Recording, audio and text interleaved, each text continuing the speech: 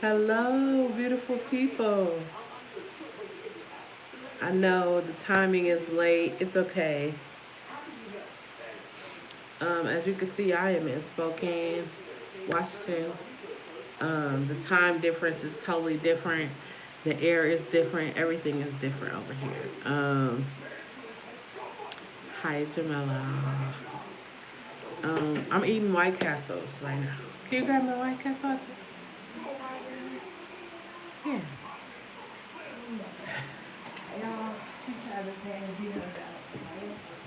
They saw you. They saw you lose. Anyways, tonight we are talking about healing. Is that done? Tonight we are talking about healing and mental health. You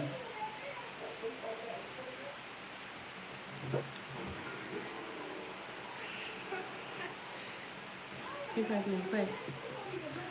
Say hi. I mean, you're gonna be all up in the camera. She wanna play me again in basketball. But we talking about mental health. Thank you.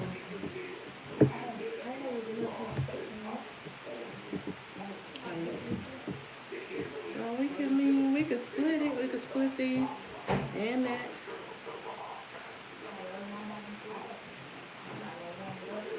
Oh, you gotta warm it up now.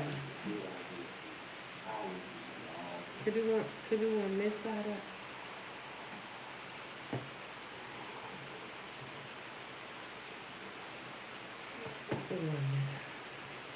Sorry, y'all. I'm preparing. Getting dinner prepared. She eating it cold. Warm. She eating it warm. Anyways, I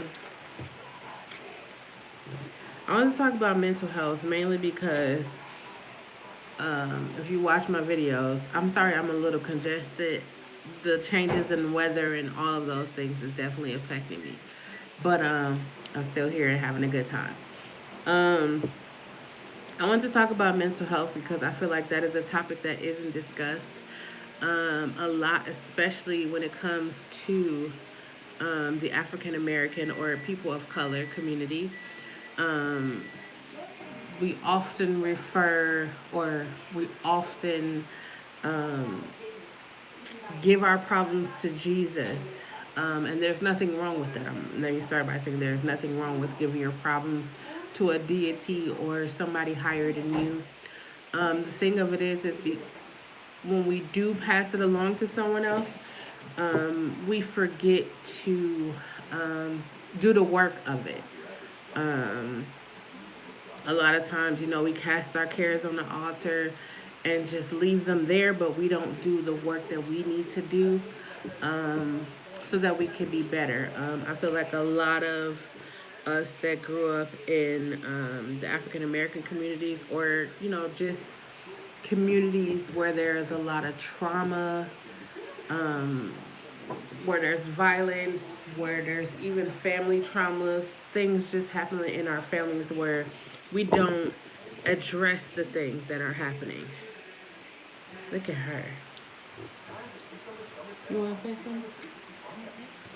Um, and I just want to talk about it, give everyone a safe space to come and talk about, mental health, uh, therapy, um, how you are coping, how you have been coping with the current pandemic.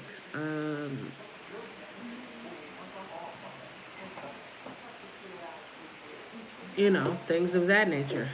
For me, um, with this pandemic, I've spent a lot of time reading, um, letting go, overcoming, growing, learning, crying, laughing. I've been doing a lot, mainly because those of you who may know the situation that, started me on the journey of healing and self discovery, but also I'm 6 days away from being 41, and I think there comes a point in your life where you just want to be better, so you do better. Well, I do better. I don't know about you.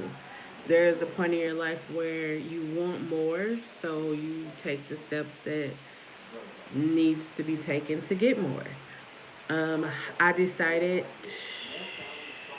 10 months ago that I wanted better. I didn't want to carry around the things that I was carrying around before. I wanted to let it all go. And so I did that. Or I am doing. Um, that's what that's what I want to talk about.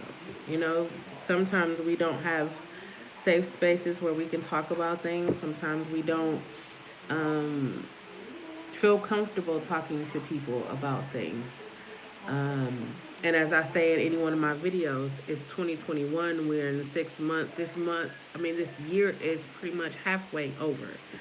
Um, and you have the opportunity right now to like cleanse yourself. Like I realized on this journey of healing and self-discovery that I was carrying around things that wasn't mine to carry. Like I was carrying around things that people did to me. I was carrying around things that people said to me. Like I was carrying that around, but it wasn't mine to carry. Like situations that I was in, I number one should have never been into them. However, no one talked to me about those situations. No one talked to me about being taken advantage of and how my life is going to change because of that. No one talked to me about growing up in church and experiencing the things that I experienced in church. Like, no one really talked about anything. It was just give it to Jesus and he'll make it okay. And I'm here to say it didn't become okay until now. It literally didn't become okay until now. I am happy that I made the decision to go to therapy. I'm happy that I made the decision to no longer remain silent about the things that happened to me. I expressed this before where I felt powerful when I was silenced, but I didn't realize that that wasn't really power. That was me feeling like I was able to. Uh, Hello, how are you? Um, for me, it was like being able to be like, okay, I know what happened. You know what happened. I don't have to, say anything. But then the more I thought about it, the more like this past 10 months helped me to realize that the more you are silent, the more people continue to do the things, to do the hurtful things, to say the hurtful things, to like take advantage of other people because you decide to remain silent. Um, something that has happened to me in the past 10 months since I've like released everything and let go of everything is people saying like, why did you wait until now to say something? And for me, I've been saying something the entire time, like the entire time. For me, I feel like people say that, especially if they know the person or they know, like, say it's your Uncle Pete, right? And you, like, hey, Uncle Pete did this to me. And then people feel like, well, why are you saying something about it right now? Like, Uncle Pete don't do that no more, or Uncle Pete is in a better place, or Uncle Pete is doing this. That still doesn't take away from the fact that Uncle Pete ruined your life. Uncle Pete knew exactly what he was doing. Uncle Pete knew exactly the repercussions of what he was doing, but he didn't care. He still was doing it. And grandma, auntie, uncle, your mama, your daddy, all of those people knew that what Uncle Pete was doing was wrong. And no one protected you. That was my thing. Like, I felt like I had people that was protecting me. I did. I had people that was protecting me. Unfortunately, they passed away. So when they passed away, I literally felt like I was being thrown to the wolves. Um, and I just silence was my thing. Like if I didn't talk about it, it didn't exist. But the reality of it was, it still existed. I just wasn't talking about it. And then it like it overwhelmed me. Like, you know, if you're like, if you are a silent person or you have kids or you know people around you that's silent, you definitely want to check on them. Like, you know, you hear people be like, check on the people that's um have display signs of like depression or things like that. I'm going to tell you to check on your strong friend, because we be needing people to talk to, we be needing people to hang out with, or just sit and ask us questions. Like, our real life, and so I am so grateful, especially for YouTube for this last 10 months, because it was difficult. It has been difficult. It's getting better now, but it was definitely difficult. Definitely difficult. Um, I felt like I was, you know, just being strong. Like, I never would break down. I never would let anyone in, mainly because it was like that's how I got taken advantage of before. And so, being taken advantage of, you don't trust people, you don't put yourself out there. Um, you mainly try to protect yourself. But something that I realized as a 40-year-old woman, something I realized is that you can do everything right. You can do everything to protect yourself. You can do everything to keep yourself safe, and it will still find you. So, um, mental health is important, because I feel like a lot of people, especially people of color, have experienced so much trauma that we don't have the proper outlets to deal with it. I'm gonna say this is where I'm gonna say that, right?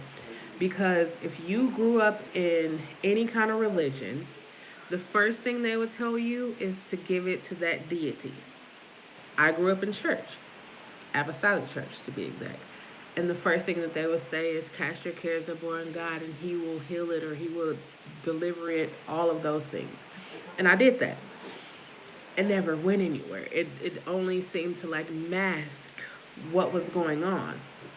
And for me, I couldn't deal with it anymore. So they would say, oh, don't go to therapy because those people are going to try to put stuff in your mind. Like, it was all like manipulation and mind control for me. That's the views and opinions that are expressed in this is just mine.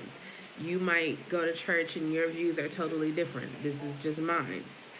Um, I did not um, feel that me giving my problems to Jesus made it better. I felt like it was a scapegoat for me. Like, it was like, okay, you gonna handle this and I'm gonna do this, but this is still gonna bother me. So then, when I turned 30, I was just like, you know what? I'm sick of carrying all of this around. I'm so sick of it. And I was like, I'm going to therapy. And I went to therapy. And I thought, like, you know, you've heard all of these things, like, oh, they're going to put these thoughts in your head. They're going to. And so I went in there, and he asked me like two questions. I actually saw two therapists, but I'm going to get to the other part. So I saw one therapist, and he was like, why are you here? And I was like, well, I just tired of carrying around shit that ain't got nothing to do with me. And he was just like, okay, and what shit are you carrying?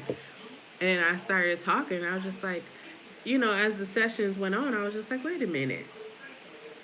All he did was ask me a couple of questions, and I just basically talked about myself and the things that I was going through, and I felt better. Strangely enough, I felt better. But then when you see how the silence and talking. So when I was, you know, giving it to Jesus, it was like, okay, I'm not gonna worry about it. I'm not gonna talk about it because, you know, Jesus got that. He's handling that. But when I went to therapy and I started talking about it, I was like, oh, I feel better. It's like it just dropped off, like literally. I kid you not, dropped off. So then I realized like my issues, a lot of my issues stem from my childhood. And when I tell you my childhood, like so much stuff happened to me. It didn't happen to me like in my family. It didn't. A lot of the shit that happened to me didn't happen until I went to church. I told you guys I was going to be transparent and tell you everything, you know. So I'm not holding back. I'm about to be 41 in 6 days. This could help somebody. Um, I started going to church, and things were happening in the church. Like, you would hear whispers of things happening in the church, and you wouldn't you will hear them, but you was like, oh no, why would that be happening in the church? Because it's a church, it's God's house, it's all these different things. But until it actually happens to you, then it's just like, holy shit, it's real. So while I was in therapy, I began to talk about things that happened to me, and then it started to unlock memories, and then it became nightmares, and I was just like, okay, this is too much for me. I got to press pause because I didn't think I was gonna be there. And so then it was like, you know what? I think you should try this new form of therapy. It's EDMR, I think it is. Um, and so I was like, I'm tired of carrying the shit around. Hey, I'm down. If this is gonna help me, let it go. I tried Jesus. I tried alcohol, partying. I tried everything else. It didn't work for me. Let me go over here. So first session, I went, and the first thing the lady was like, "Hey, where's a safe space for you?" And I'm a musician. I was like, the recording studio. And she was like, is it a booth? Is it the entire studio? I was like, it's actually the booth where you got the headphones, lights off, whatever. And she was like, okay, go in there. And she was like, are you in there? I'm like, yeah, I'm in here. She's like, okay, now think about a time that you felt unsafe or you didn't feel safe. And I was like, okay. And I felt my body like, this is why we have to pay attention to our bodies, because I felt my body like I felt scared. I knew that I was safe, but I felt scared. And she was like, she kept asking me, like reassuring me, like, hey, you are in your safe space, you are okay. And she was like, what's going on with your body? And I was like, I'm back at a memory when, shit happened. And she's like, talk to me about the memory. And I started talking about the memory. Now I told you, like, my body is like tense, it was all that, but the more I started talking, it was like my body released all of that. Like, it just let it go. And I was just like, I'm cured. Little did I know that was only the beginning. Like, only the beginning. When I tell you, when you start to like look at your upbringing or look at the things that you experienced in your childhood and how it plays out in your adulthood, you could see um, your life totally different. When this whole situation happened, if you're thinking like what situation, 10 months ago, my wife left me for her ex-girlfriend. Um, we are currently divorced. It's been a month and a half now. Hardest time of my life, but I'm making it through it. Um, and I decided to go on a journey of healing and self-discovery. And on this journey, I realized that a lot of the decisions I made as an adult was as a direct result of some of the things that I experienced as a child. Um, I think had I not made the decision to go to therapy, I probably would be in a totally different place right now. Like, real life, totally different place. But it was therapy that taught me, like, a lot of the things that happened to me wasn't my fault. A lot of the things that I carried around wasn't mine to carry.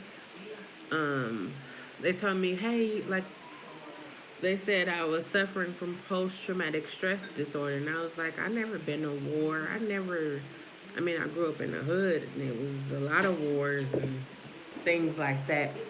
But it was the stress and the trauma that I experienced in my younger years that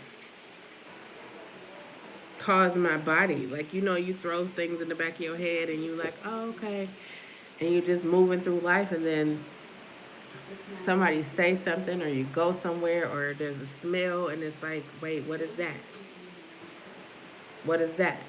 Um, me, for me, it's smell. It smells, and it's locations. Like, it's certain places I don't go. It's definitely smells. I don't like um, Aspen. I don't like Nautica. and I don't like Hugo Boss. Those smells, it makes me sick to my stomach. And what I also began to realize is what triggers were. Like the therapist was like, "Hey, these are triggers," and I'm like, "What the hell is a trigger? What does that mean?" And then I realized like I would go and like around certain people or and go in different environments, and like my body would tense up, and there would be like I feel weird, and I get like the butterflies in my stomach, and it'd just be different. It would be different, and then like I have a speech impediment where I stutter. Um, I stutter all the time, but you guys probably can't hear it. But I stutter all the time, and then it'll get real thick, like if I'm in an uncomfortable situation. And it wasn't until I started paying attention to the places I was going and the people that I was around, and it was like my body is responding. Like you throw stuff in the back of your head, and you like, you know what, somebody cussed you out or something happened to you, and your body remembers that. Like your body remembers. Like if you went to a club and you had a bad experience at that club, your body will definitely remember it. Or if you were in a relationship and somebody did something that made you uncomfortable, you will definitely remember that. And I feel like sometimes our bodies try to tell us, like even as simple as if you know that you are allergic, or maybe you don't know that you're allergic to milk or dairy or any dairy products, but you keep eating it, and then like you have bloating, or you get sick, you have real bad diarrhea or anything like that, that's your body trying to tell you not to put that in you. But we don't know that because we are so used to just like doing the things that we do. We are used to partying more. We're used to going to church and knowing that the thing we put on the altar we are still struggling with. It's because no one talks to us. No one talks to us to get us through that. Like like if you're like most times people are just like, hey, get over it, or that happened to me and look at me, I turned out okay. But the reality of it is if you've never dealt with that situation, if you never dealt with being beat as a child, like you shouldn't have, again, these views and opinions that I'm expressing in this live are just mine.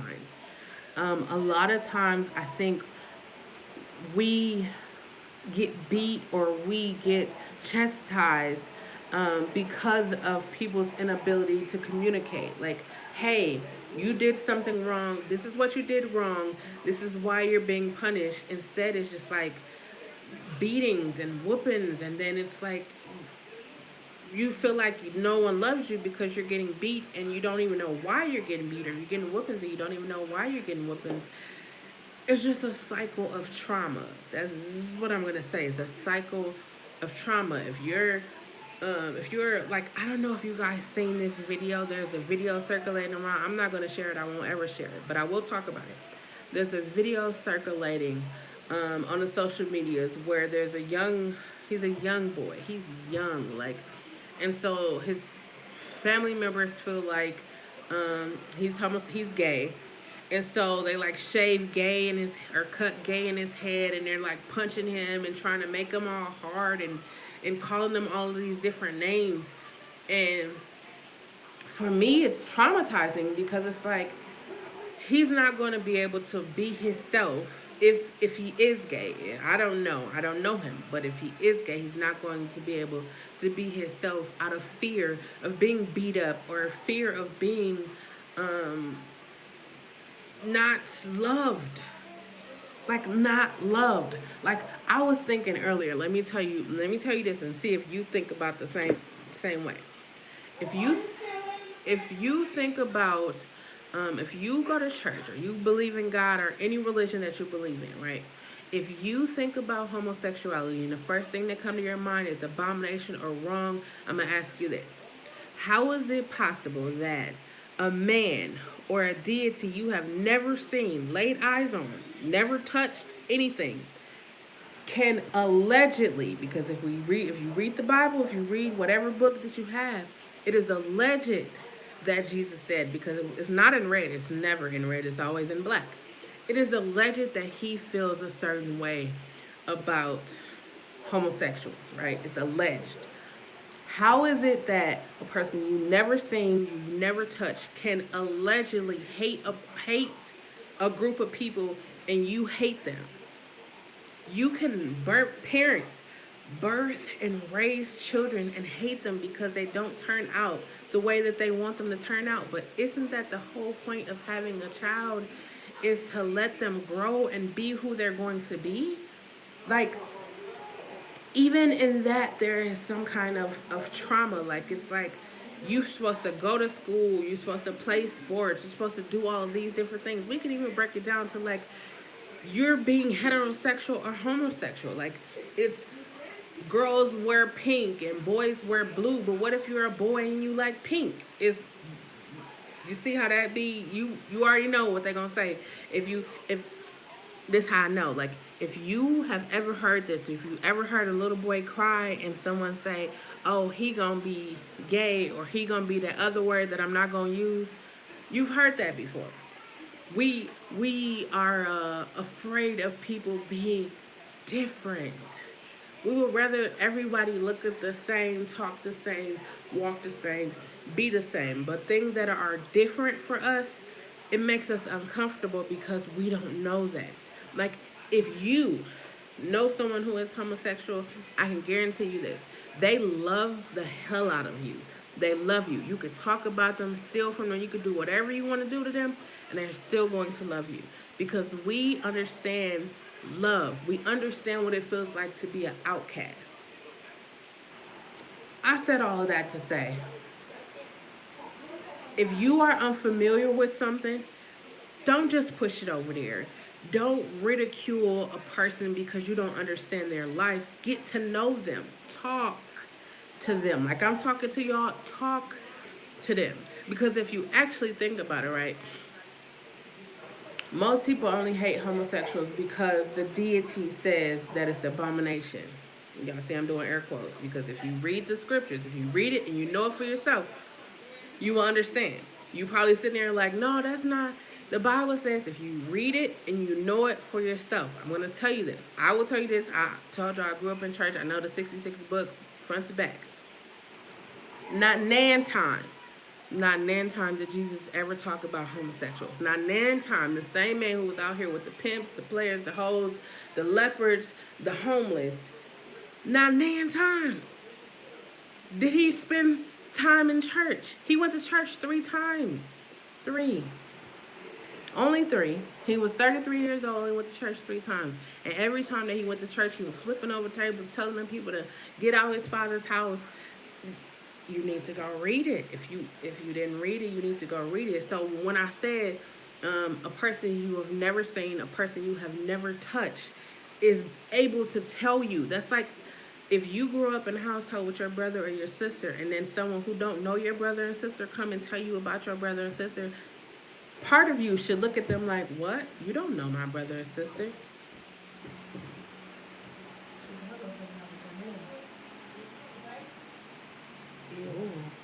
Cousin, mom was on the phone with her cousin, and her cousin is still letting the video snap is coming. I'm sorry, y'all. It's a lot going on. But if you don't know the person for yourself, that's like when people be like believing that he say, she say.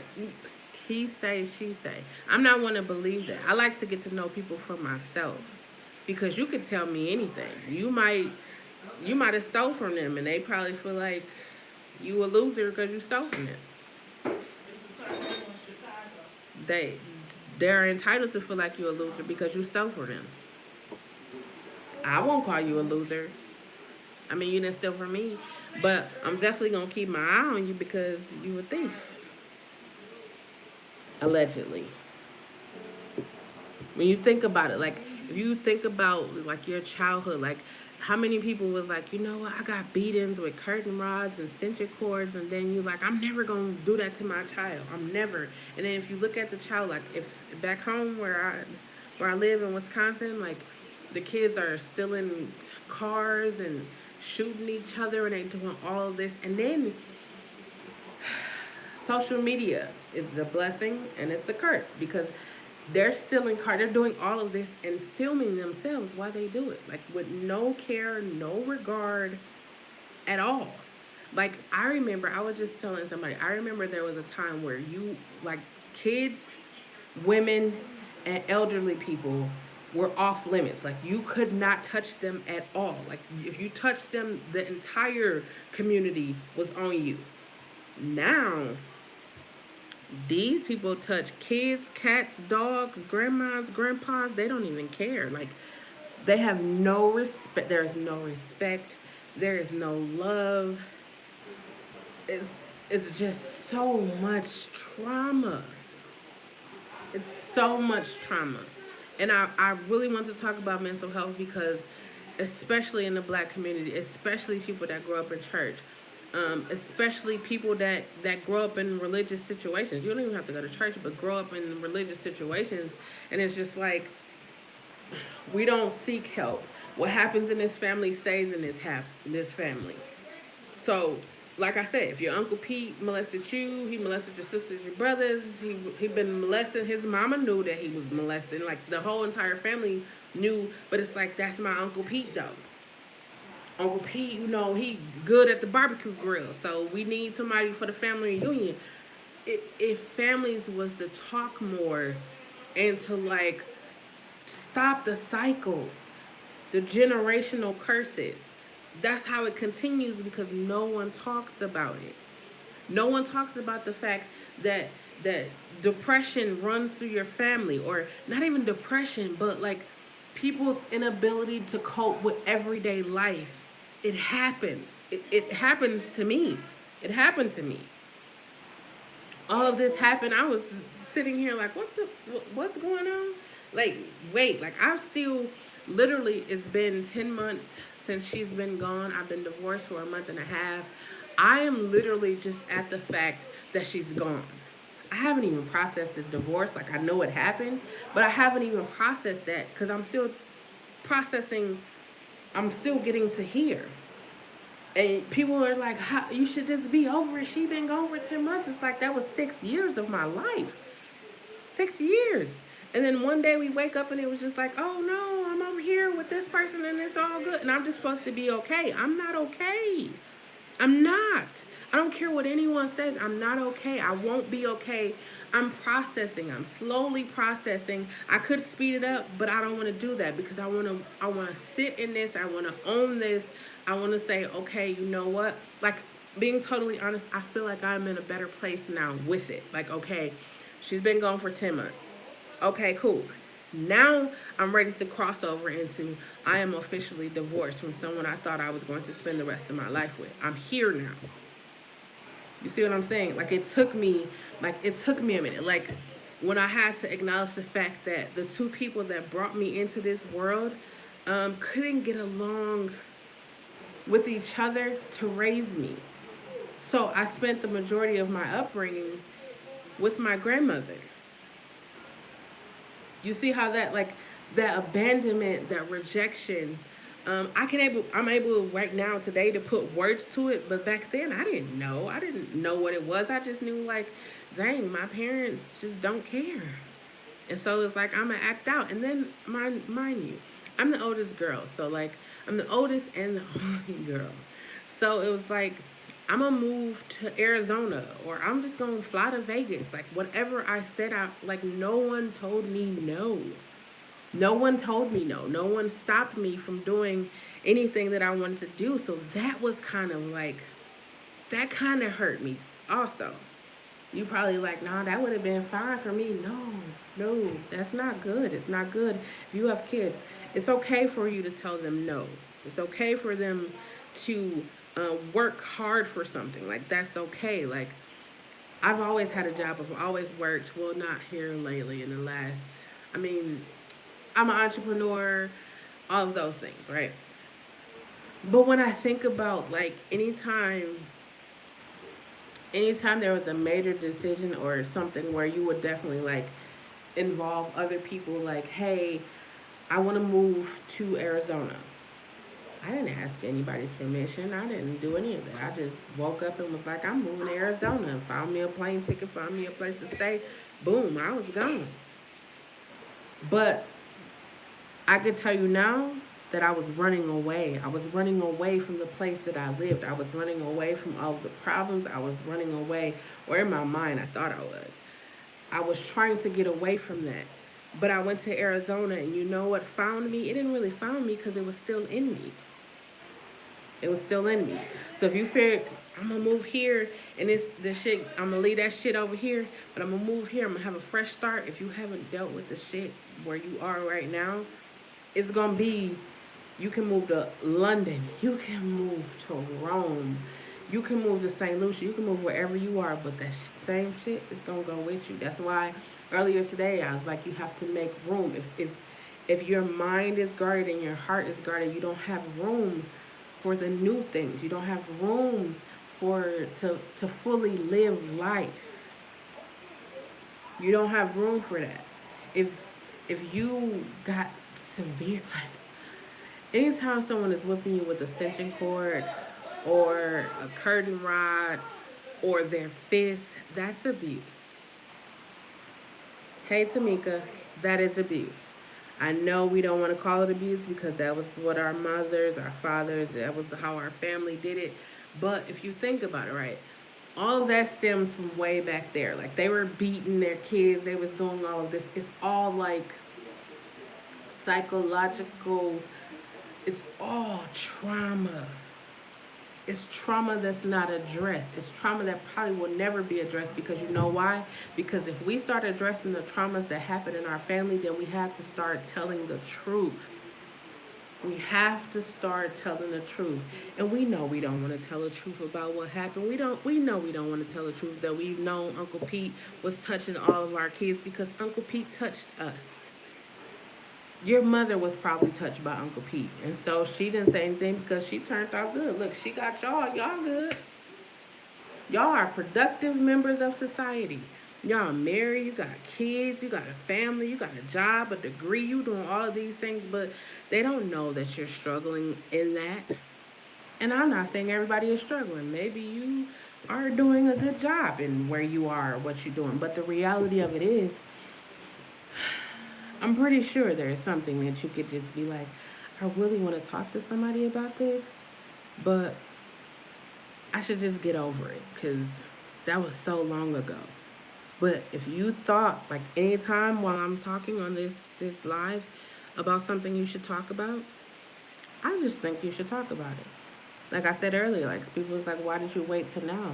I didn't wait till now. I've been saying it the entire time. But what I'm doing right now is I survived a global fucking pandemic. And I refuse to carry this any longer. I refuse to sit here and be like, well, yeah, that happened, but what do I do? Like, no one was saying, okay, if you get molested, this is what you're supposed to do, or this is how you're going to go through life. Like even I was talking a couple of videos ago. I was talking about the Exodus International Church. Like, if you don't know who that is, you should definitely Google it. It's probably on YouTube too. But with Exodus International, people were spending thousands, hundreds of thousands of dollars to pay for the child to be delivered from being gay. And they were going to these camps, and they was going to these different church things, and they was doing all of this to get their child because they believed that their child would be delivered from being gay. And then decades later, the Exodus International people, the people who was running it was who was gay, like, the entire time, came out and said, your child wasn't delivered, there couldn't been delivered. Like, these people were going to shock therapy, they were killing themselves, they were overdosing on drugs, they were doing all manner of things to themselves because they felt like God didn't love them because he didn't deliver them. Like, do you see the trauma in that? And then they come out and say, we were lying to you. There's a video on YouTube. I watched it because I was so heartbroken. Like, all of these people for all of these years, the parents, the kids that went, the adults, the teenagers, all of these people that went with the expectations of Jesus delivering them, with the expectations of being changed, and nothing happened. And then you come out and say, hey, we lied. It was so good though. Hey, cool nerd. It was so good because when they came out and said, "Hey, we lied," they found people that went to Exodus International. They found people. They found people that actually went there, and they brought them back. And I think the lady's name is like Lucy Ling or Ling. She's an Asian lady, and they had a conversation, and those people were pissed off. They were pissed. And they were talking about how their friends committed suicide because God didn't deliver them and how people got kicked out. Hold on. If you are a parent and your child displays any kind of homosexual, whatever you want to call it, if you have a son and he's a little feminine, if you have a daughter and she's a little masculine, even if your child doesn't identify as the sex that you birthed them to be, number one, the most important thing for you to do is love them. The world outside of your house is already set up to destroy them. That's why your job as a parent is to love them. You may not understand them. That is a good opportunity for you to talk to your child. When was the last time you talked to your child? When was the last time you talked to anyone? Not talk at them, not talk about them, but talk to them. Talk to them. Talk to your child. Ask. Even we don't even got to talk about homosexuality. Talk to your child. Do you know? I just watched a news report. There was a 13-year-old young man. He was getting bullied at school. We're in virtual school, right? You know what I'm saying? He was getting bullied at school, and he tried to commit suicide. They just had to unplug him. He was brain dead. They had to unplug him. Oh, sorry.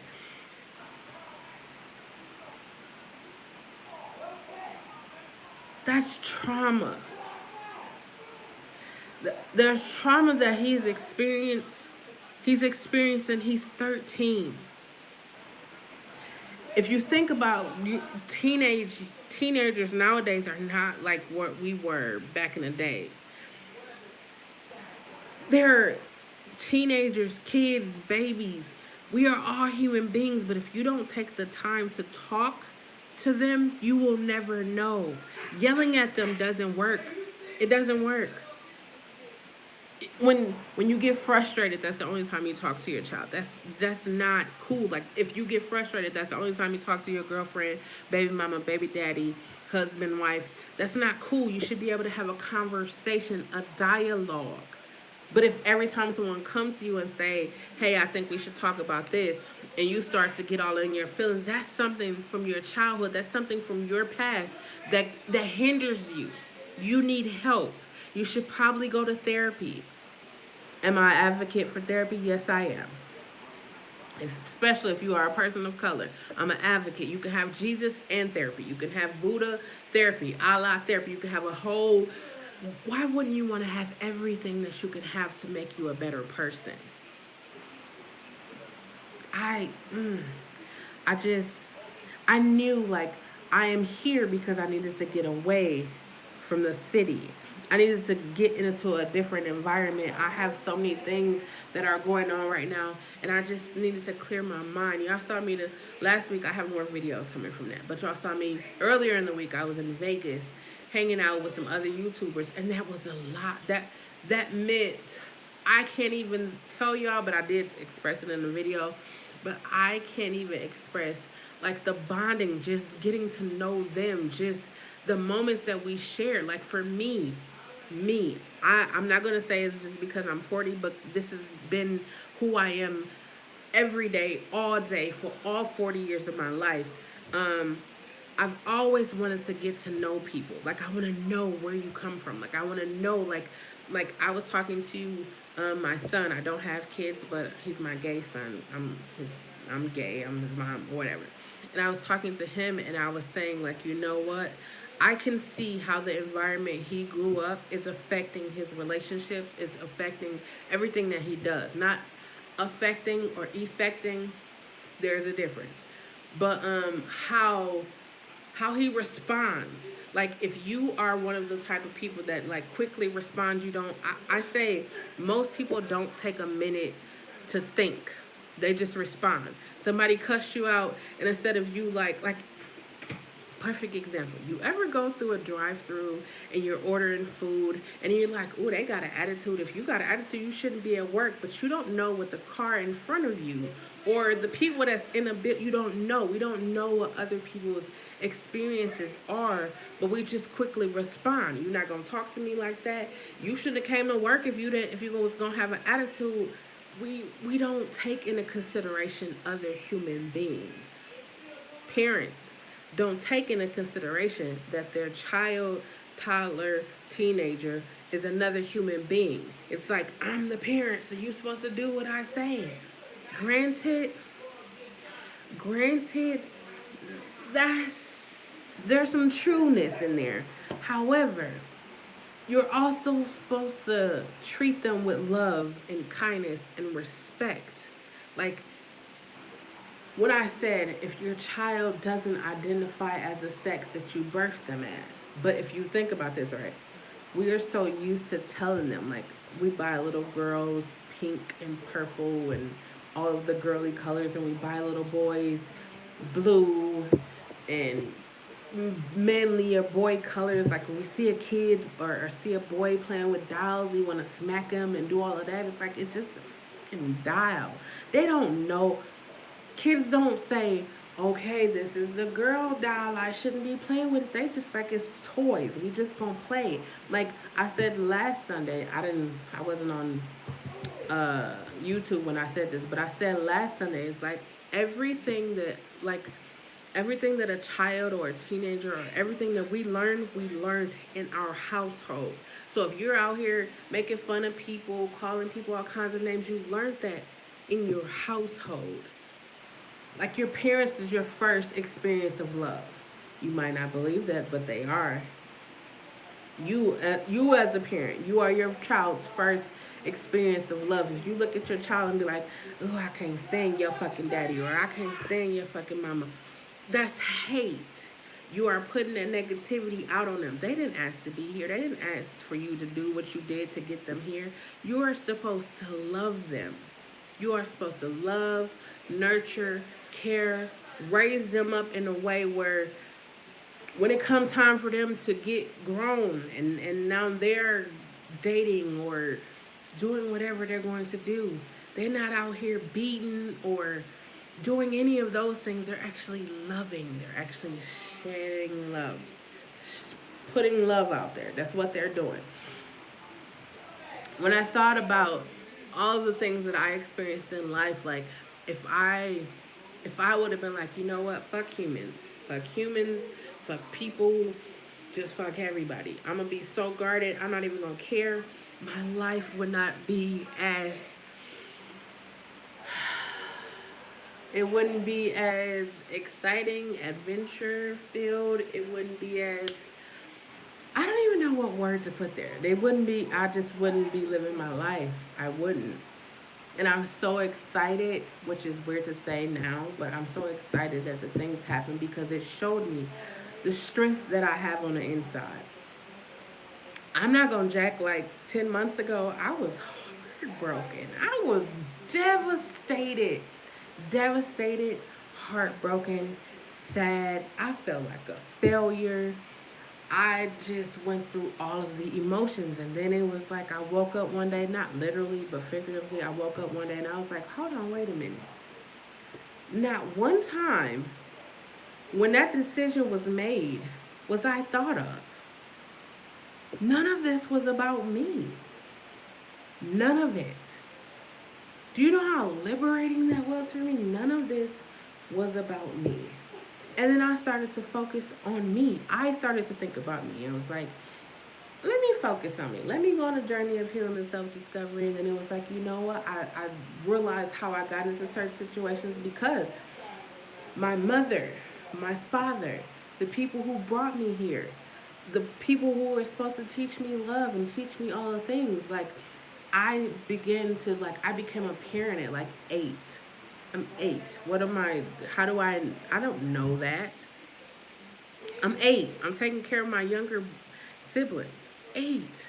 I learned how to cook pork chops, Spanish rice, bake a cake, cornbread, all of that. Like I threw down in the kitchen at 8. I told you I lived with my grandma, so she definitely made sure I knew how to wash. Wait, I'm not talking about just put the clothes in the washing machine. I mean sort whites, coloreds, socks, towels, all of that. Which hot, cold, warm. You see what I'm saying? Like my grandmother taught me all those things. So as I was growing up, I'm gonna tell you all a story. It's not a story; it's a real life thing that happened. So I grew up. I'm the oldest, only girl. I have younger brothers underneath me, right? So I felt like it was my responsibility. My mother was always either at work or she was at church. Um, so it was like my responsibility to make sure that they were okay, to make sure that they were safe. So when I tell you I put myself in situations with the understanding that my brothers would be safe. I don't care what happens to me, long as they are safe. And then as I grew up, I realized like I became overwhelmed. Like that was a responsibility that wasn't mine. Remember earlier when I said I was taking on things that wasn't mine? They weren't my kids. That wasn't my responsibility. But because I felt like that was what I had to do, I took that on. I moved to Arizona. That wasn't a hypothetical thing. I actually moved to Arizona. And when I moved, I didn't sit my brothers down and tell them that I was moving. I told them I just up and I moved. And then I stayed in Arizona for like 3 years, 3.5 years, and I got sick and I had to come back to Wisconsin, right? So I was here and I noticed like the relationship between me and my brothers it had kind of changed, and I was like, they grew up. It is what it is. And then one day, I'm a talker. As y'all can't tell, I like to talk. I was like, you know what? Hey, what's going on? And so my brothers looked at me. My brothers looked at me and it was like, we felt like you abandoned us. I couldn't say anything. You see what's happening right now? That's exactly what happened. Because I know what it's like to feel abandoned. And I felt so bad. I felt horrible. And I was just like, you know what? I didn't even think about y'all. I was just thinking about me and making sure that I was okay. But I understood how they felt abandoned because I took care of them. I made sure that they were okay. So it was essentially like I threw them to the wolves. Many of you probably are like the oldest sibling, or you have younger siblings, or even cousins or people around you that you try to look after, that it's not even your job, but you did that because of the environment you grew in. You look out for your family. You take care of the people around you. Just so y'all know, me and my brothers are still good. It was just they felt abandoned by me, and that hit me hard because I was like, damn, the thing that I felt, I turned around and did it to somebody else. That's why when it comes to like anything, I pause. I pause before I respond. I pause before I do anything. I pause. I take a moment and go. I learned that in therapy because if you don't, if somebody says some off the wall shit to you and you just respond, you cannot take words back. And whoever said sticks and stone may break my bones, but words will never hurt me, that's a lie. It is a lie. I guarantee you, you could think about something that somebody said when you was like, I ain't gonna go all the way back to under 10. I'm gonna say like 12. You could remember that, and that shit hurted. And it has lasted. If you were in a relationship, if you were dating in high school, and somebody told you were ugly, you were fat, you were too skinny, you wasn't big enough, whatever, it stuck with you. It stuck in the back of your head, and you was like, you know what? I'm gonna go work out. I'm gonna go get this surgery. I'm gonna smash as many women or men as I can. Like, if we think about it, it all stems from trauma. It's a traumatic experience. I'm not talking about like, what, you getting shot, that's trauma too, but I'm talking like things you probably wouldn't even think is trauma, but it's trauma. Like getting a whooping with a belt is trauma. It's trauma. I got one, I'm 40 years old. I got one whooping in my entire life, and I never got a whooping again. I'm going to tell you how. I'm going to tell you why I never got a whooping again. Because I was just like, I'm the type of person you could talk to me. Even as a child, like my grandmother, my uncles, everybody knew my mother whooped me one time. And I was so upset because I got a whooping. The whole thing of it was just too much for me. The person who said that I did something was the same person who was molesting me. So then I got a whooping because of this person. And then this person turned around. Listen, one day I'm gonna do a whole series on that, because that's like, you don't know Jesus, never saw Jesus, never touched him, but allegedly, and you believe in that. You see what I'm saying? Like that's trauma. It's a lot of trauma that we experience in our life, and you're probably like, nah, I don't got no trauma. Your mama calling you a hoe or a bitch or a little. If you're a man and they calling you a little, you know that word they call people that cry or be soft or do hair, or you know that word. I don't gotta say that word because you know it. You thought as soon as I said it, it came right to your head. That's trauma. Because your parents shouldn't be calling you that. Your parents should be loving you. Your parents should be telling you how smart you are. Your parents should be teaching you responsibility. That's what parents are for. And people say, hey, being a parent didn't come with a handbook or didn't come with a book. I know I ain't got no kids, and I know you probably like, but you don't got no kids. But the reality of it is, if you have one, if you have more than one, you have real life experience. You don't need a book. You don't need. If you are a human being, you should know how to treat another human being. If you go to temple, church, or anything like that, your God says to treat others as you treat yourself. It's the human experience. I love you guys, and I've never met half of you, but I love you. You're a human being. I don't know anything about you to treat you wrong. I don't know anything other than loving you. You see what I'm saying? Like, it's only until I have a bad experience with you that my feelings for you change. If we can even look at this, right? Black people or people of color have been painted out to be evil, have been painted out to be crazy, have been painted out to be violent. So when other nationalities, colors, whites, blacks, whoever, when other people hear about us, you know, that's where the purse clutching, or that's where um, I'm dating a white woman and she says that I raped her, and then it's like, forget the fact that I didn't, but she about to get in trouble. So listen, I could tell you all some stories. I could tell you some stories. I have brothers, I have cousins. I could tell you some stories. We are painted like we are thought to be like back in the days, right? When marijuana was like legal, and then to make it unlegal, they were like, oh, if you smoke marijuana, black people are smoking marijuana. Black men are smoking marijuana, and they're coming after our white women.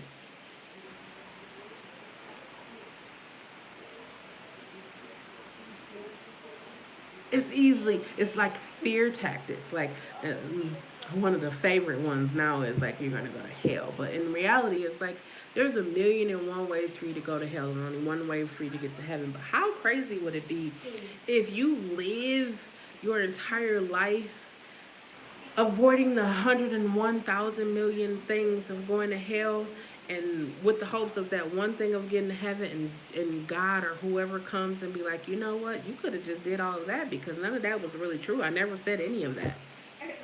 But that's because you didn't read, so you didn't know. It's oral traditions. Like, it's things that we are passed down, like family things that are passed down, and some of us can't read, some of us don't take the time to read, so we don't read it. And then you have like people who, like, I grew up in church with, like, they don't my brother called me a great debater, and then I don't think that it's about debating. I think, like, if you you try to tell me something, you should know what you're talking about.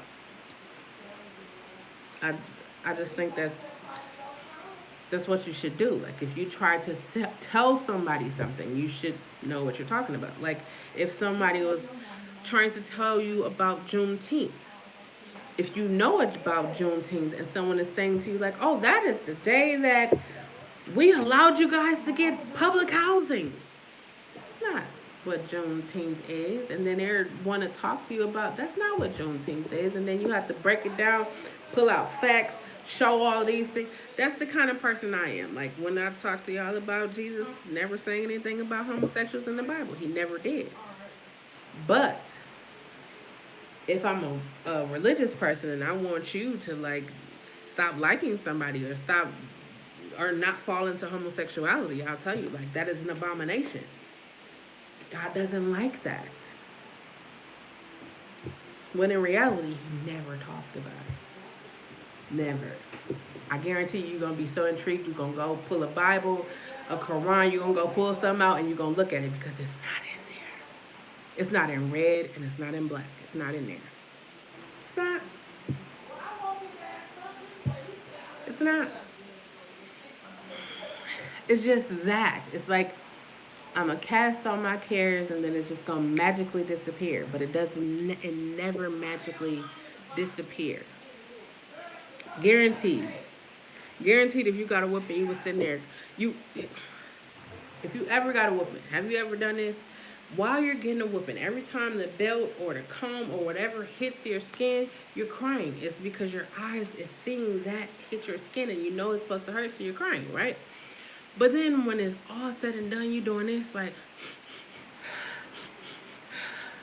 that didn't even hurt. Why was I crying so hard?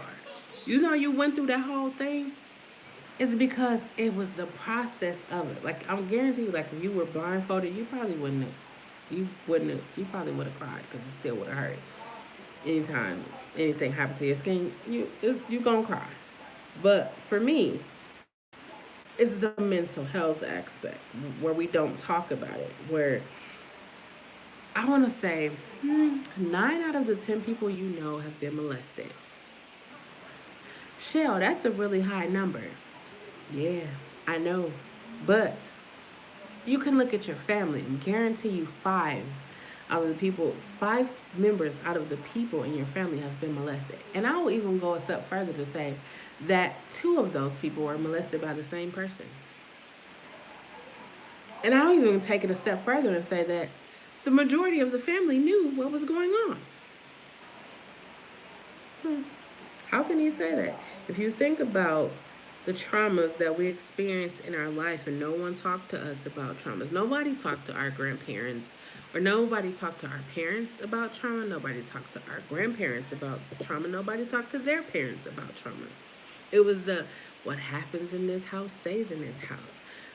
Don't be telling our family business. It was all of those things. Like, how do you think your daddy was able to have your family and a family up the street or around the corner? And then they tell you, don't talk to the people up the street. Don't talk to them. And then you sneaking talk to them anyways, not realizing that's your brother or your cousin or anything like that. Trauma. We have so much trauma. And then the whole, we don't get help because we don't want to be labeled as anything. Listen, I don't care. Y'all watching this, you can label me as anything. Guess what I am? I am free. I'm free. I literally, when I tell you, like, letting those things go and understanding how those things have affected me and letting them go, not carrying it around anymore. Those things are things that happen to me. That doesn't make, they don't make me who I am. Like, I had an opportunity of a lifetime, right? I said, I want to do this, and if this situation come around, if it come around again, I'm throwing caution to the wind, and I'm going to submit my idea, and I'm just going to do it. Before I did that, I had a fear of being successful. I went to the top schools. I studied with the best of them. I got good grades. I did all that. Got a whole degree, $100,000 piece of paper sitting on my wall. And I was afraid to be who I knew I was able to be all that time. Afraid. Not that I couldn't do it. Not that I didn't have all the skills to do it. I was just afraid. I didn't want to be successful because I felt like all of the pressures that will come with successful. But I just told y'all I had opportunity. An opportunity came. I submitted my idea for that opportunity. I'm on vacation, and this week, that one opportunity has brought me 4 other opportunities. And I'm sitting here like, and I was afraid of being successful. I was afraid because I knew that the moment I cleared all of that, I was going to be dangerous. And I don't mean like violent dangerous. I mean like dangerous because when you have a clear heart and a clear mind, you can literally do anything that you put your mind to. So this is why I'm encouraging you. This is why I want to encourage you to seek help. If you're not comfortable with going to therapy, find you somebody that you are comfortable talking with. Someone that you won't feel like, okay, if I tell you this, you're going to run tell the world. But hold on. At the end of the day, even if they do, it don't matter. I'm going to tell you why. You already lived through that. Somebody was like, hey, you've been molested by a pastor of the church. You've been molested and you... I already survived that. I'm still surviving it. I've been there, done that. Like you can't make me feel bad about that. Because I already processed, through that. I did that already. Like, I've owned that. I accepted, I acknowledge, I let go. I can't go back over there and erase that. Even if I had the opportunity to do that, I wouldn't do that because the person I am today is partly because of those experiences. The loving, the kind, the willing to sit down and talk to anybody kind of person. That's just me. I just would rather get to know you than to talk about you. If I can help you in any way, I will do that. I'm not going to overextend myself. Oh no, I'm not doing that. Not in 2021. I'm not doing that anymore. But if I can help you in this space, like right here, I'm not going over. No, I'm right here. I'm right here with it. And if I can help you, you've got my help. So, I wanted to talk about mental health, mainly because I feel like we don't talk about it. Also, we don't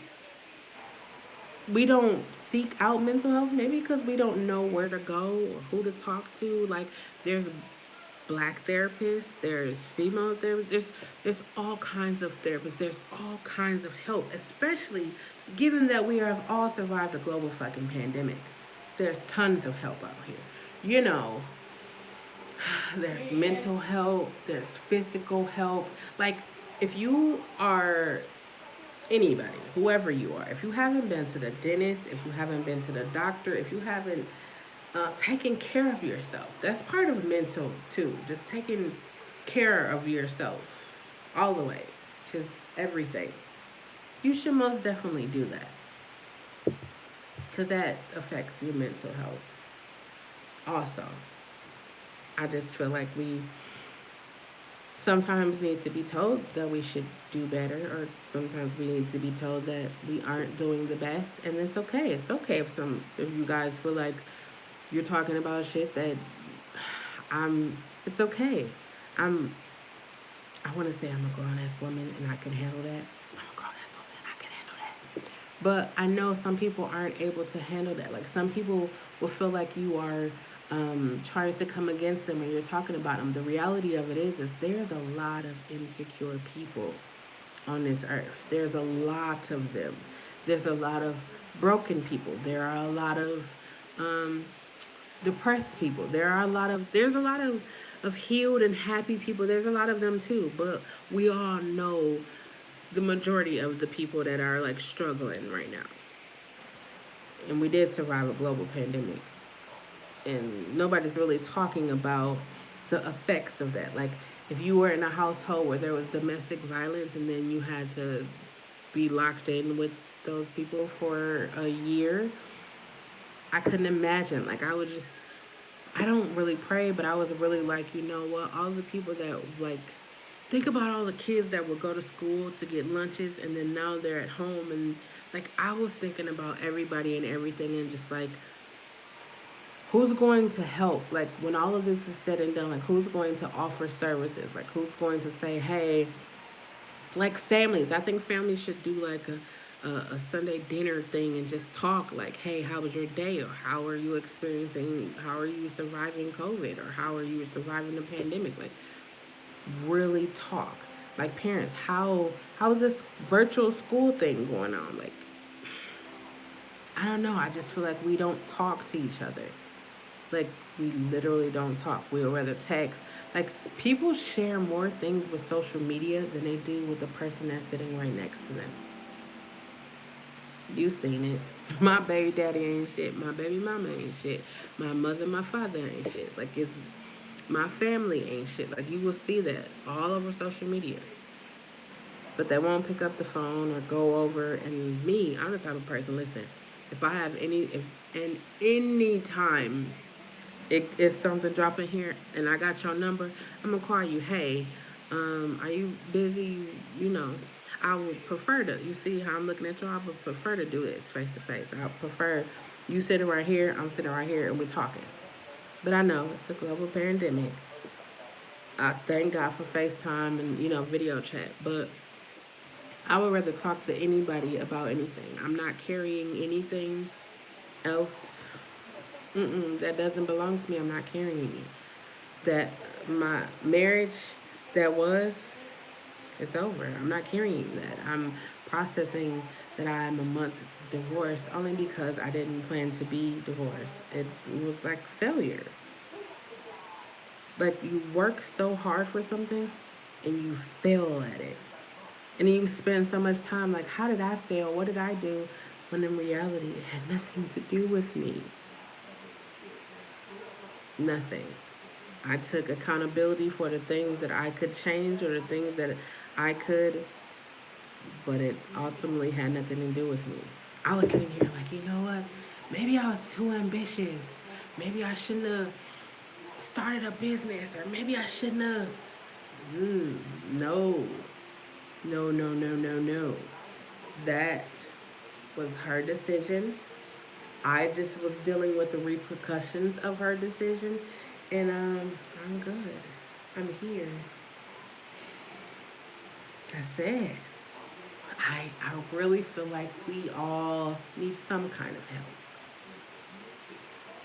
help. You see, I always include myself because I'm not better than anyone. Number one, I'm never going to strive to be perfect because that's unattainable. You heard me right. It's unattainable. So we shouldn't strive for that. We should strive to be great human beings. That's something that we all can obtain, is being great. We can be kind. We can share love. Be positive. That's something we can do. I've been doing that for the last 6 months. And it's been going pretty great. I'm telling you, like, it's possible. You can do it. You can do it. If you feel like you need help, get help. Get help. If you feel like, you're not yourself, get help. Alcohol doesn't do anything but mask it. Having sex doesn't do anything but mask it. It only adds to it. Drugs only add to it. Fighting only add to it. And you land yourself in situations, you be in relationships, marriages, having babies. All of these things come as a result of you not acknowledging, accepting, acknowledging the things that happen. If you are a young man, and you have experienced molestation or any type of abuse, while it is not okay, it is important for you to talk to somebody. Men get abused too by women and men. Hey, Vaughn, we gotta do better. If you are a parent, I'm gonna talk to you parents right now. If you are a parent, you have to do better for your kids. If you are not talking to your child, I'm gonna tell you this, right? If you're not talking to your child, there's someone who's going to come and show your child the love and affection that they're looking for you to give them, and you're going to hate it. You are going to hate it because that person means your child no good. You have all of the time and opportunity to talk to your kids. Talk to them. Don't yell at them. Talk to them. Ask them what's going on in their life. Ask them how do they feel about themselves. Ask them these. Is anybody bullying you? Ask them. Maybe it's their cousins, like fighting them, trying to make them a man, or doing things to them that's trying to make them something. No. Talk to your people. Talk to your mother. Talk to your father. Talk to your kids. Everybody, just talk. And if you know that something ain't right, if you know that shit ain't right, do something about it. If someone comes to you and say this is happening to them, do something about it. Call the police. Call somebody that could get them help. Call. Because that builds trust. If you don't do anything, they're going to think that you are a part of what's going on with them. Do something. We are all surviving a global pandemic. The least that we can do is be kind to one another. The least that we can do is get help for ourselves. Get help. If you feel like you could do better, do better. Today is Father's Day. I'm sorry. Happy Father's Day to all of you fathers. If you feel like your father wasn't shit, be better than your father.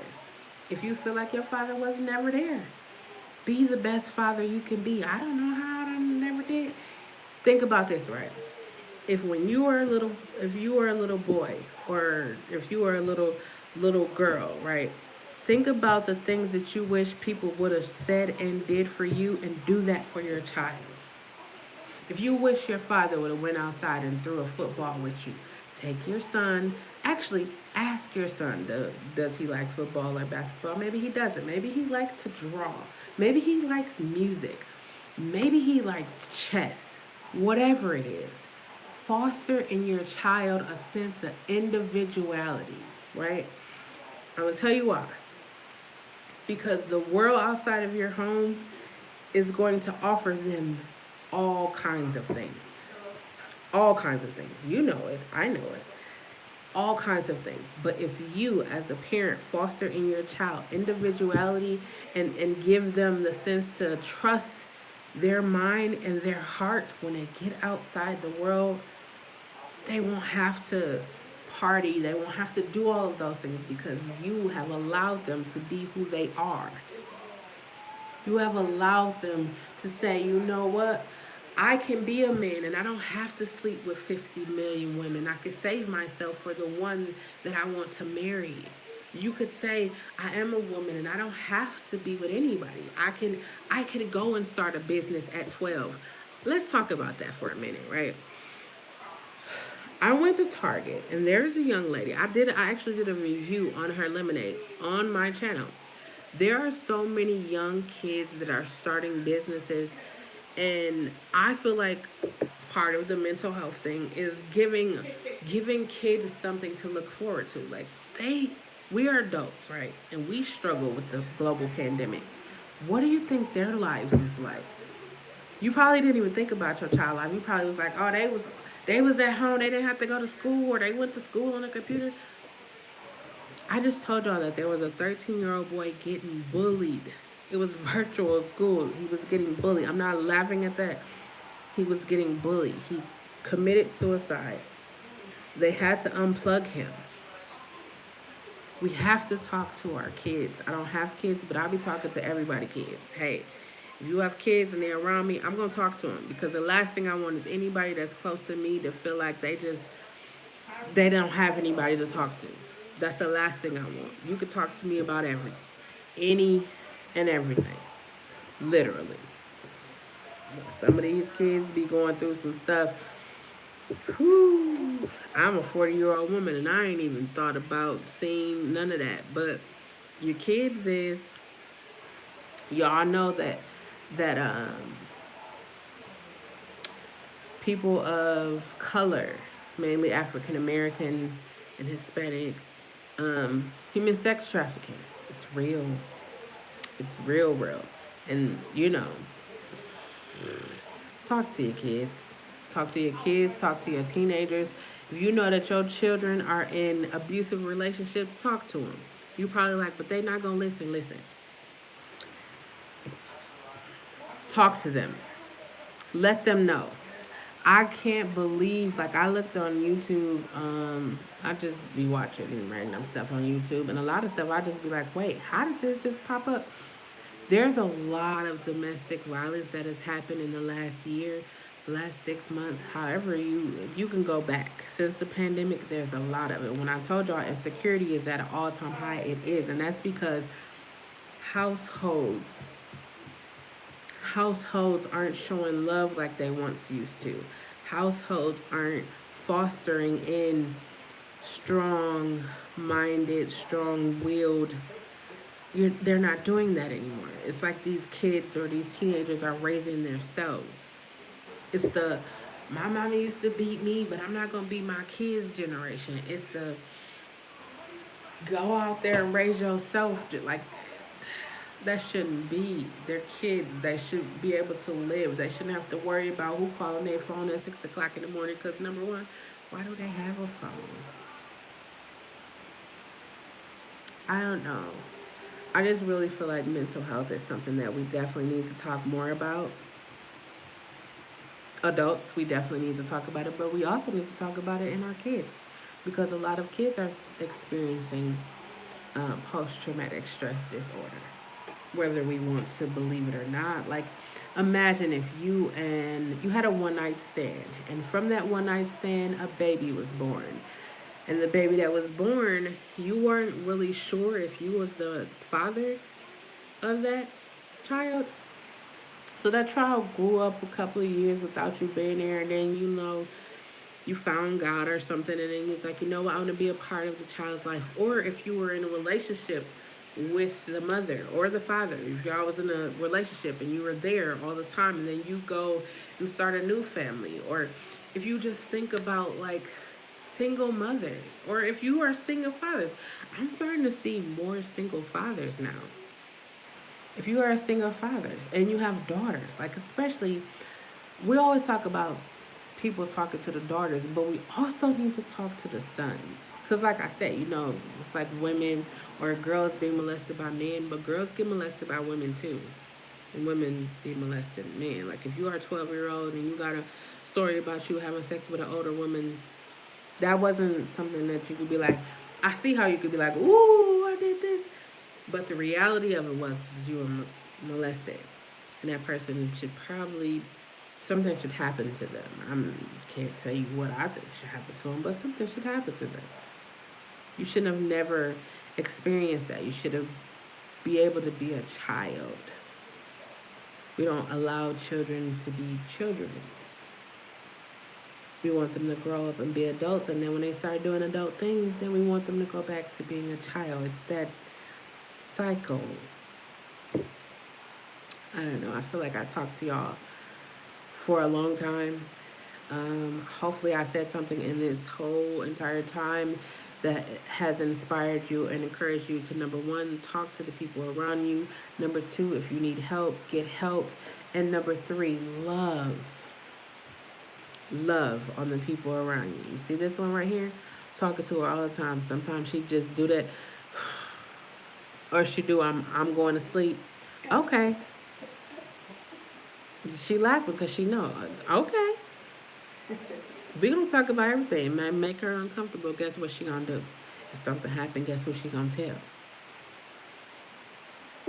You gotta be your child's best friend. I know that people be like, you don't need to be your child's best friend. You need to be your child's best friend. I'ma tell you that. I ain't even got no kids, but you need to be your child's best friend. She can do all that, but she already know. Y'all see, I would live in one place, but I'm here. with her and her mom.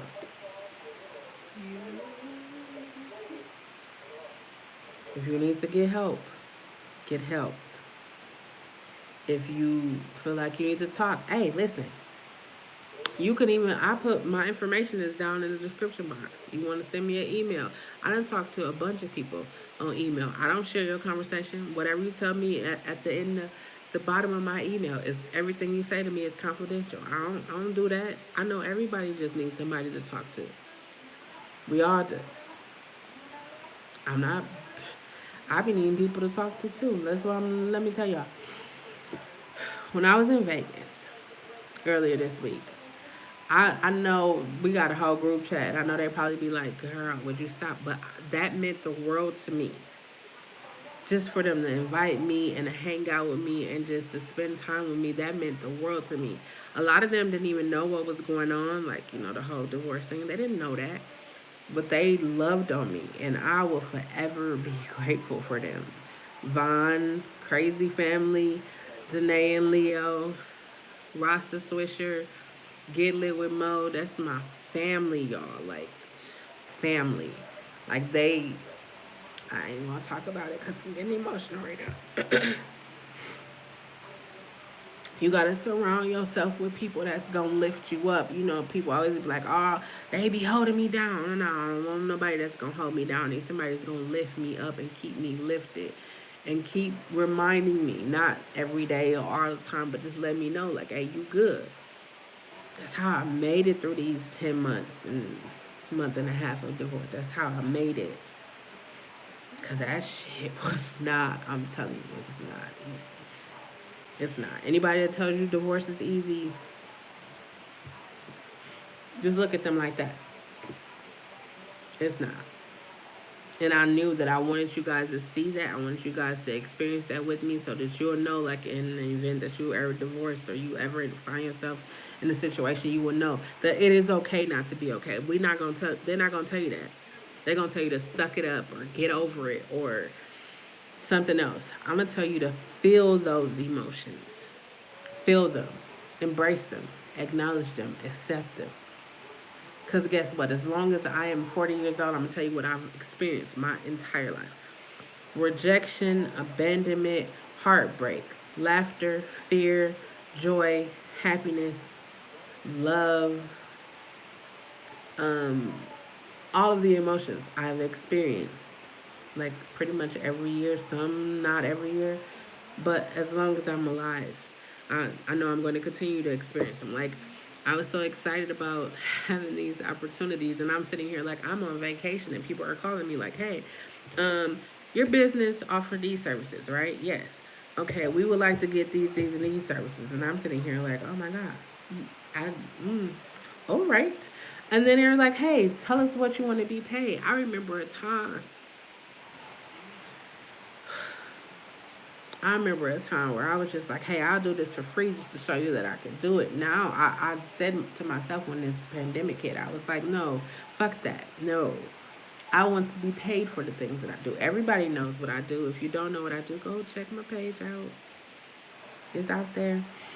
I want to be paid. So when people start saying, what are your rates, or how much do you want to be paid, or here's our budget, can you work with this? And I'm just sitting here looking like, these are some options that I have.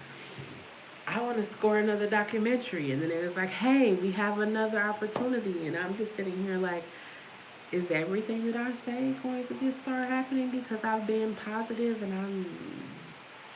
and literally like almost everything that I've said, and I say almost because I'm working my way up to going internationally.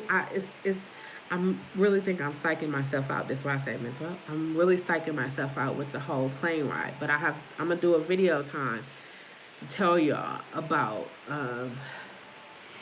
panic attacks. Like, I used to have really bad panic attacks, like really bad, and that's why I'm saying when your body is trying to tell you something. My body was really trying to tell me that the situation, the environment that I was in wasn't conducive to me. I wasn't listening. I was just like, oh my God, I'm about to die. Like, one day we were going on a road trip to Colorado, and I literally thought I was dying. we're on the highway. It's snow on the ground. I hopped out of the car, took my socks off, and put my feet on the ground with the snow and the ice. And I stood there, and it was like grounding myself. And then when I grounded myself, and I stood there, and I was like, you know what? You knew you shouldn't be on this highway going to the place that you're going. Get in the car and tell them you can't go. And I told them I couldn't go, and we turned around and we ended up going somewhere else closer to our house. And I was just like, I appreciate that. See, that's why you have to surround yourself with people that know you and love you. And they understood. They made the jokes about it until I actually told them like what it felt like and how and what. And it was like, okay. And that's another thing, right? Like I told you guys earlier about the video about the young man getting beat up by his family members, and if you watch that video, don't watch it. I know I told you to go look. You won't, because it's gonna make you upset. It will. I think it's important that we love people. If you have a child and your child identifies as gay or bisexual, or they don't love God or anything, I know it may be a disappointment to you because you wanted to have a child that was going to go up and play basketball, but they want to do hair, or it's the opposite of what you thought. But you should still love them, because you should. That's why you had them, to love them and raise them and show them the way of the world, or how to live in a society that's going to hate them, even if they're black. I mean, I don't think, well, I was going to say that, but that would have been a lie, because I do think that people teach kids hate.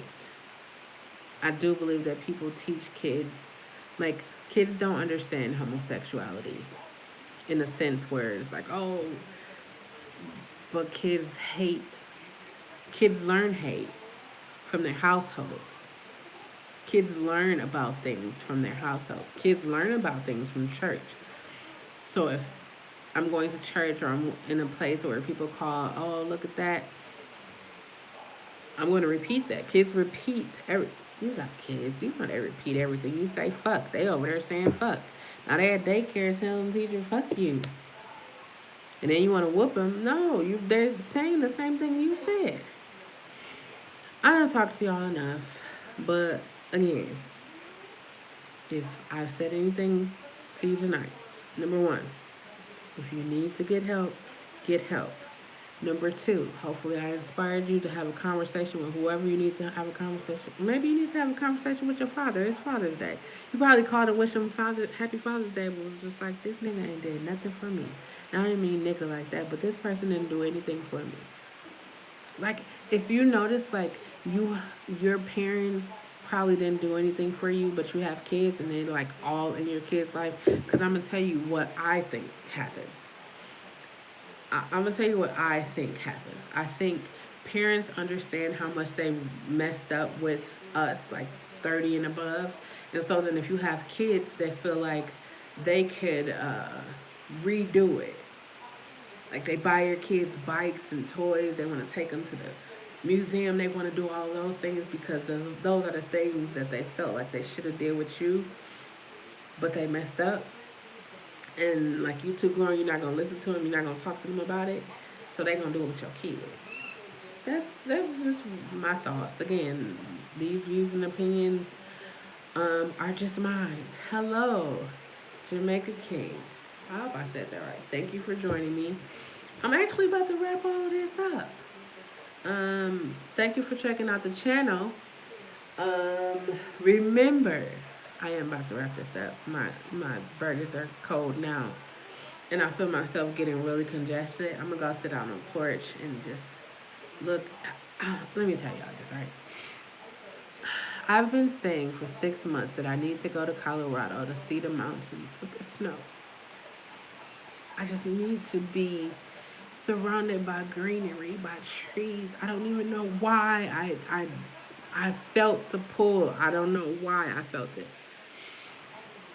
And so my mom was like, hey, you can come out here. And I was like, really?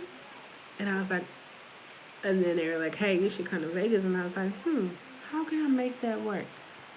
I made it work. And I got here, and there's a mountain and it's greenery. And we drove to Seattle on Friday, and I saw the mountains with the snow. And we're driving through the mountains. And for me, it was just like freedom. It was just like being reborn. I don't really know how to put it in words, but I just feel free. I feel free. And I wish this feeling on everybody free the freedom I wish on everybody. I wish the courage and the freedom to live your life and be you. That's why whenever I do a video, I say it is 2021. You have survived a global fucking pandemic. You should be living your best life right now. Why did you just take your glasses off or you don't even have things in them? That's because I don't know. My nephew, Cam, he broke my $149 pair of glasses. My brother said, why do you keep saying the price? Because glasses aren't cheap. But no, I just be here. I sit on the top porch and just look like, man. It's like you always know like you're going to be in a space one day. You don't know how you're going to get there. And you know that you've been through so much in life, and you're just like, it's gotta be something better than this. All of this, I didn't go through all of this for what? To be sick, for what? To stutter, like I went through all of this for what? And this past week definitely let me know what it was for and why. When I acknowledged the fact that I was afraid of success, like I accepted that, I acknowledged that. You know what the first thing I did after that? I submitted my idea. And when my idea got selected, I was just like, holy And I just sat back and just looked at that email. I read that email like 50 something times. I kid you not. It was just like, I can't believe this is happening. Like, it's happening. I couldn't believe I said I went to score a documentary and a global fucking pandemic happened and I scored a documentary. And I just thought about the documentary just like, hey, I'm gonna score a documentary. I didn't think anything beyond that. I mean, you know things that come beyond it, but you don't. I wasn't thinking about that. Wasn't thinking about 5 film festivals and HBO Max. Actually, the documentary I scored is called "Growing Up Milwaukee," and it's currently streaming on HBO Max. I didn't think about any of that. I just thought, hey, I want to score a documentary. And the opportunity presented itself, and I did that. And then the amazing thing for me is I didn't tell anybody I did it. Let me tell you why I didn't tell anybody I did it, because I was going through having my heart broken. I was going through a really tough time, and I just couldn't. So many things positive happened to me during all of this that I couldn't even. I was too busy consumed with the sadness and the heartbreak that I couldn't even see all of the beautiful things that was happening. But that was my life. Like, I experienced so many things where it's just like I never, when I tell y'all, I looked at my resume and I never even celebrated this much of the things. Like, I never even celebrated the fact that I have a bachelor's degree. Never celebrated it. It's just something that happened. I never even celebrated half of the accomplishments that I had in my life until I started letting go of things. And then I looked at my resume and I was like, holy shit, like I'm really experienced. The certifications that I have, like I'm really. And then people was like, oh, you should be humble. See, I'm a reader. If you go look up, you can Google it right now what humble means. Don't you tell nobody to be humble, thinking of yourself in low. No, I think highly of myself. I've been there and done that with, I'm trying to be calm and cool because the people around me, I didn't want them to feel bad because they haven't accomplished this much of the things that I did. And I was like, no, that's the problem. If I'm if I'm here with you and you'll pick up what I'm saying. If I'm here with you, but I know that I'm supposed to be up here and we're all comfortable right here, but we have the potential to be up here, who's going to break that so that we can all come up here?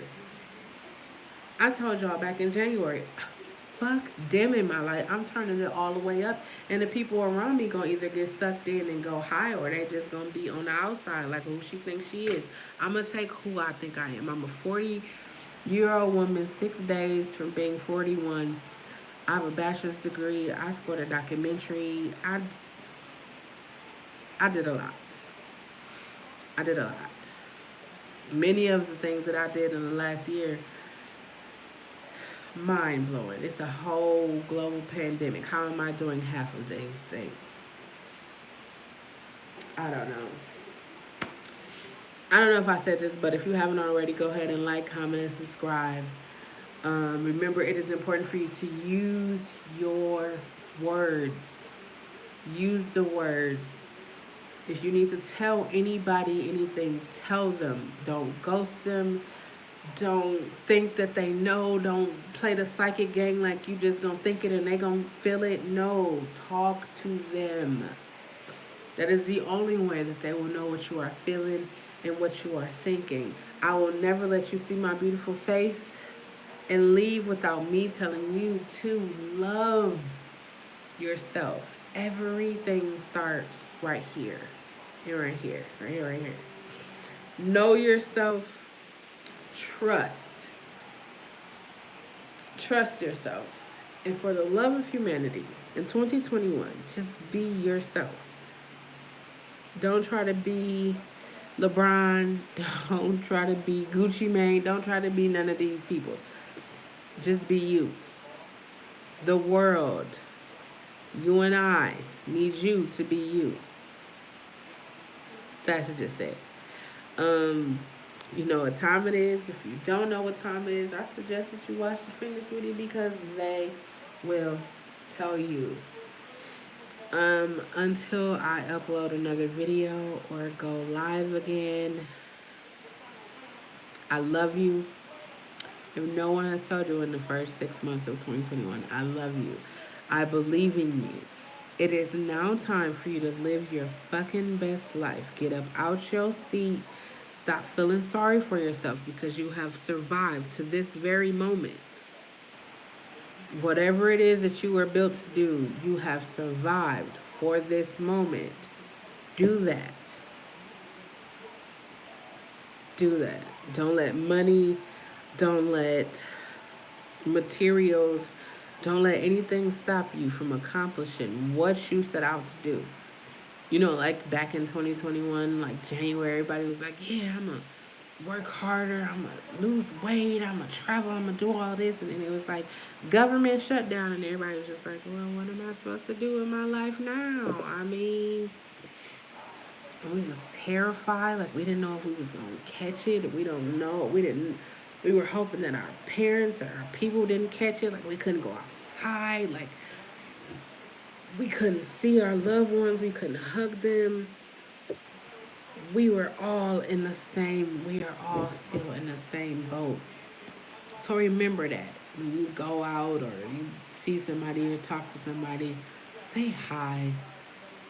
How are you? How things are going. If someone drops in your heart or your mind, reach out to them. They are there for a reason. You never know. Like somebody could be having a bad day and they just drop on your heart and your mind. That is in that moment. Don't say you're going to do it later. In that moment, stop whatever you're doing and pick up your phone, FaceTime, find them. Do whatever you need to do to contact them. You never know whose life you're going to save. Um, that's all I got for today. Mental health. We're talking about healing and mental health. If you heal from childhood traumas, from adult traumas, like if you just heal from traumas that you experienced in your life, you will be much better. It's 2021. You have survived the global fucking pandemic. You should be living your best life right now. That's all I got. Thank y'all for joining me. Since I got you here, if you could be so kind and go right up there to the community tab and vote, vote, vote, vote, vote, vote. On Saturday nights, I do what is called Saturday Night Vibes. And I perform 3 songs. It's like a Saturday night karaoke, but you know, you grab your drink, your boo, whoever, whatever, and just come and hang out. I started doing this end of 2019, and I've been doing it ever since. It's just a safe space. That's what I'm about. It's creating safe spaces, spaces for people to come, hang out, talk, get to know one another, and just be free. Just be free. I'm gonna have to make me some tea because I feel it all up in here. Like it's the weather. I went from like I don't know if y'all can see like I forgot to get sunscreen, but I was in 120 something degree weather and then I came to like 60, 50 degree weather. Y'all know the changes in the weather, and it was like hot, dry heat, and now it's like humid and cold, but it's like pines. I'm telling you, it's amazing. If you have the opportunity to go to nature, the woods, you should do it. You should most definitely do it. That's all I got. I love y'all. If you haven't, go ahead and explore the channel. If you subscribe to me, I'm definitely going to get you back because, like I said, I like to talk. So I'm going to be on your channel. I'm going to be down in the comments, chatting it up with you. I really do love you. I really do. You probably like you ain't never seen me. People never seen Jesus, but they still love him. Anyways. I believe in you. It's 2021. We have we have 2 more quarters of this year left. 2 more quarters to accomplish. Start that business, get that degree, marriage, whatever it is, have the baby, whatever it is that you want to do. Accomplish that. I believe in you. You can make that happen. Until next time, I truly, truly, truly appreciate all of the love and the support. Thank you guys for being here with me on tonight. Until next time.